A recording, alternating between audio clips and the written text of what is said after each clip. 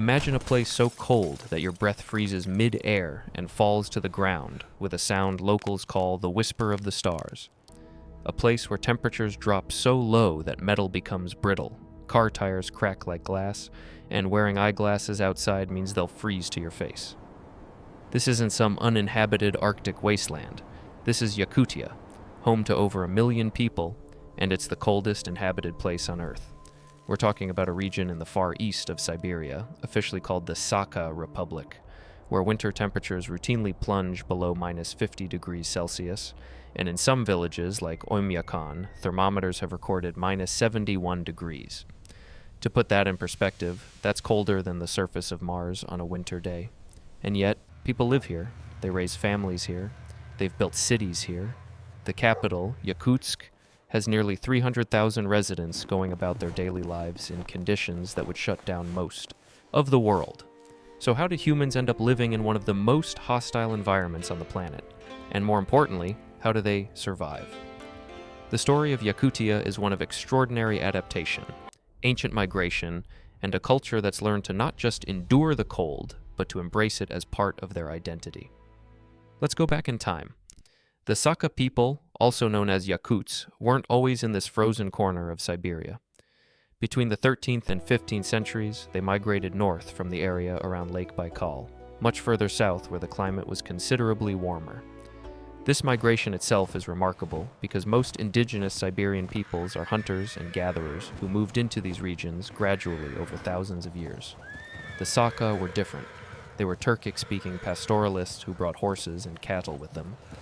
Think about that for a moment. They deliberately moved into one of the coldest regions on Earth and brought livestock with them. It's one of history's most audacious acts of colonization, not by a military power, but by a pastoral society looking for new grazing lands. And somehow, they made it work. They developed the Yakutian horse, a breed so adapted to extreme cold that it can survive outside year-round with a thick winter coat and an ability to dig through snow to find grass. These aren't delicate animals. They're stocky, resilient, and absolutely crucial to Sakha culture and survival. The Sakha organized themselves into clans, living in a society deeply connected to nature and governed by shamanic beliefs. Their worldview divided the universe into 3 realms: the upper world, where benevolent gods called Ayi resided, the middle world, where humans and nature spirits coexisted, and the lower world, home to malevolent spirits known as Aba'ahi. Shamans, called Oyun, served as mediators between these worlds, healers, spiritual guides, and some of the most powerful figures in Sakha society. Then came the Russians. In the 1630s, Cossack explorers and fur traders pushed into the region, driven by the lucrative fur trade that Russians called soft gold. In 1632, they established a fort that would become Yakutsk, which quickly grew into the administrative center and launching point for Russian expansion into the Far East. The arrival of the Russians brought conflict, but also complex relationships of trade and alliance. The Sakha resisted at times, cooperated at others, and ultimately maintained much of their cultural identity even as the region became part of the Russian Empire. Fast forward to the 20th century. After the Russian Revolution, Yakutia became the Yakut Autonomous Soviet Socialist Republic in 1922. The Soviet era brought massive industrialization. Geologists discovered that this frozen land was sitting on enormous mineral wealth. Gold mines opened, followed by diamond mines that would eventually produce about 25% of the world's diamonds. The economy transformed from pastoral and hunting-based to industrial, but the traditional ways of life persisted alongside the new. Today, Yakutia is the largest subnational territory in the world, bigger than Argentina, and it remains a place of stark contrasts.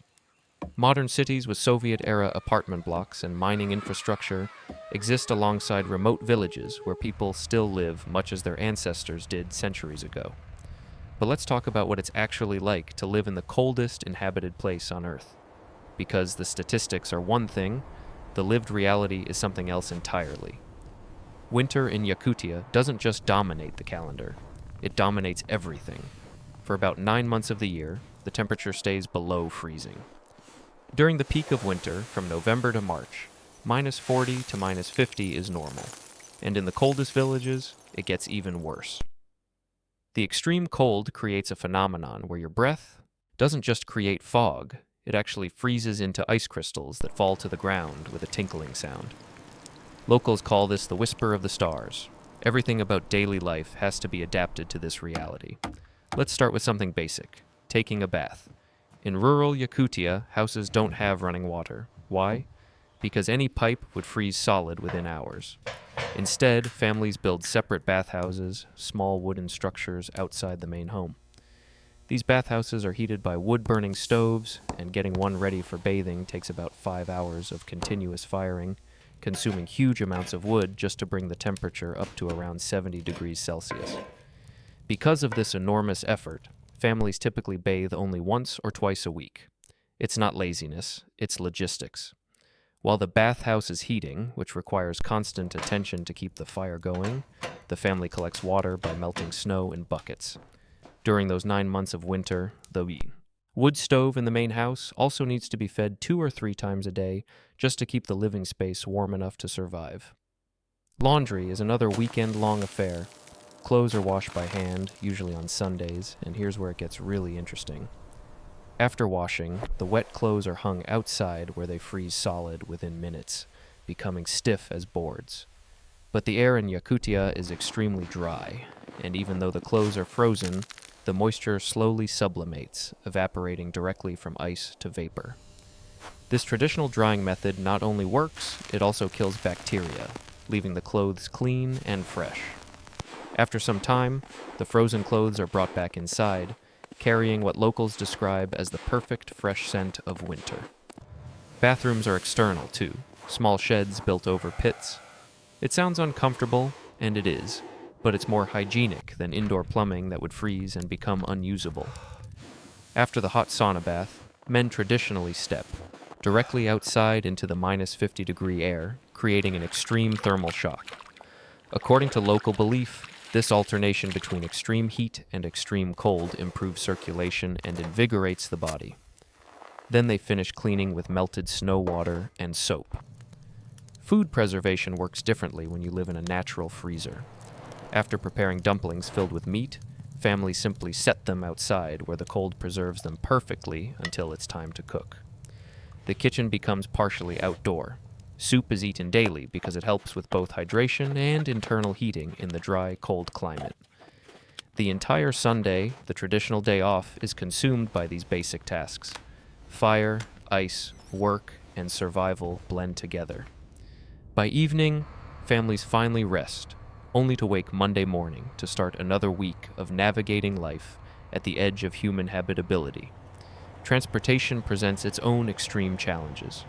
The main road to Yakutsk can only be traveled during the coldest months when rivers and lakes are frozen solid because much of the route goes directly over the ice.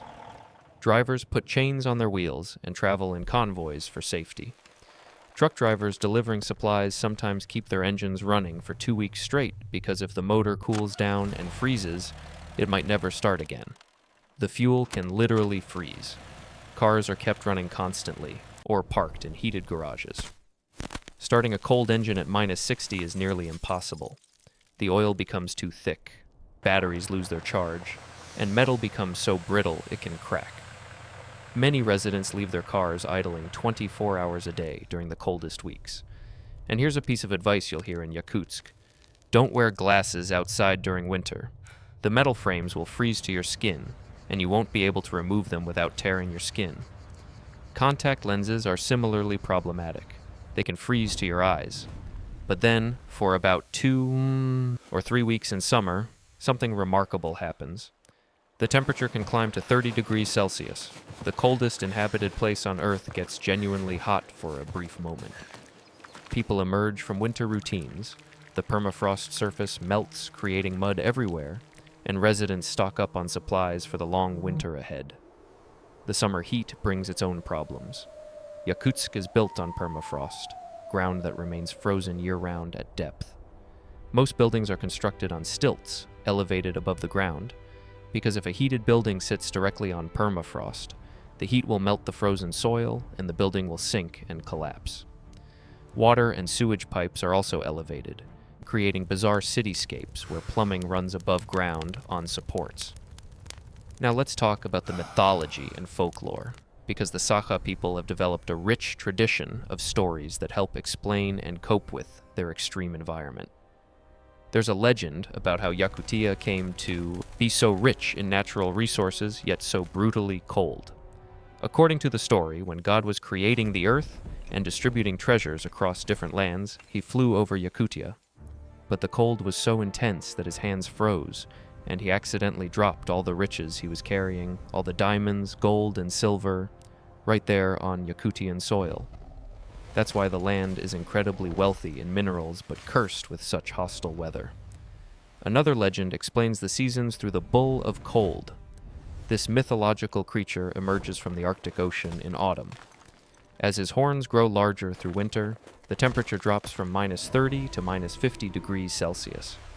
When his horns finally break in spring, the ice begins to melt, and the bull returns to the ocean, bringing warmer weather with it.